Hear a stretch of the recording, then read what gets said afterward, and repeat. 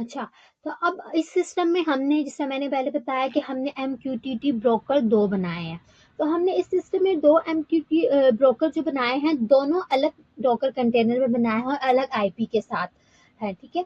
अब जो ब्रोकर 1 है ना, वो हमने इस वजह से बनाया कि उस पे हम अपना हॉस्पिटल और ब्लड बैंक का मैसेज हैंडल करता है और उसका आईपी एड्रेस अलग है। और ब्रोकर 2 हमारे पास एम्बुलेंस, ड्रोन और ट्रांसपोर्ट का मैसेज हैंडल करता है।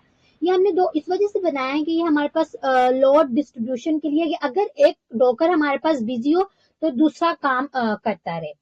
फिर उसके बाद हमने जिस तरह के, अब मैंने अगर एक कंटेनर बनाया है, तो जिस तरह हॉस्पिटल का मैंने बनाया, तो उसकी मैंने एक सेंसर फाइल और एक डॉकर फाइल बनाई है। जिस तरह की अगर मैं यहाँ पे किसी की सेंसर फाइल दिखा दूं, तो ये हमारे पास एक सेंसर फाइल बनाई है और इसी तरह मैंने इसके डॉकर फाइल भी बनाई हुई है। और इसको रन करने के लिए, कि मतलब इसके अंदर हमने क्या किया हुआ है, तो ये हम लोग एक कमांड लिखेंगे तो हमारे पास रन हो जाएगा। जिस तरह हॉस्पिटल की मैंने रन किया, तो इसमें मैंने टेम्परेचर, ऑक्सीजन और हार्ट रेट हमें बताएगा।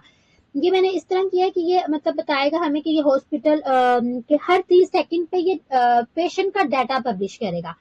टेम्परेचर क्यों? क्योंकि पेशेंट की बॉडी का टेम्परेचर बताएगा, ऑक्सीजन लेवल पेशेंट का बताएगा और हार्ट रेट पेशेंट का बताएगा, ठीक है। इसमें हमने ये इस तरह किया कि जब ऑक्सीजन लेवल या हार्ट रेट क्रिटिकल हो जाएगी तो सिस्टम ऑटोमेटिकली ब्लड बैंक और एम्बुलेंस को अलर्ट कर देगा। ये हमने इसका इस तरह पाइथन में कोड कंडीशन की थी, तो हमारे पास ये इस तरह रन हो रहा है। इस तरह हम बाकी हमने जो कंटेनर्स बनाए हैं उसको भी हम रन करके देख सकते हैं। जिस तरह के अब हमारे पास ये ब्लड बैंक है,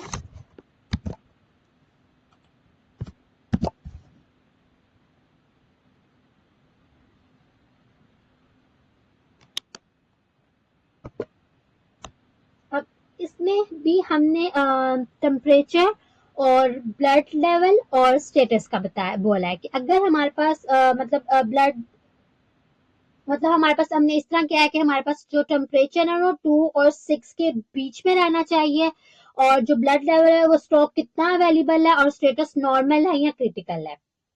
मतलब इसमें इस तरह कंडीशन है कि जब हमारे पास ब्लड लेवल लो हो तो सिस्टम ऑटोमेटिकली ऑर्डर प्लेस कर सके। इसी तरह हमने एम्बुलेंस की बनाई है,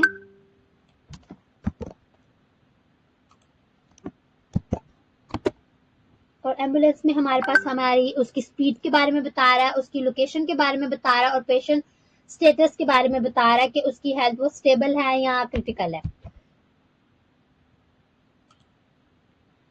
उसके बाद हमारे पास ड्रोन है।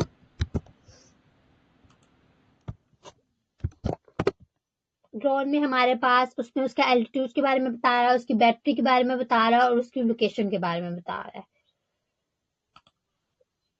और लास्ट में हमारा ट्रांसपोर्ट है।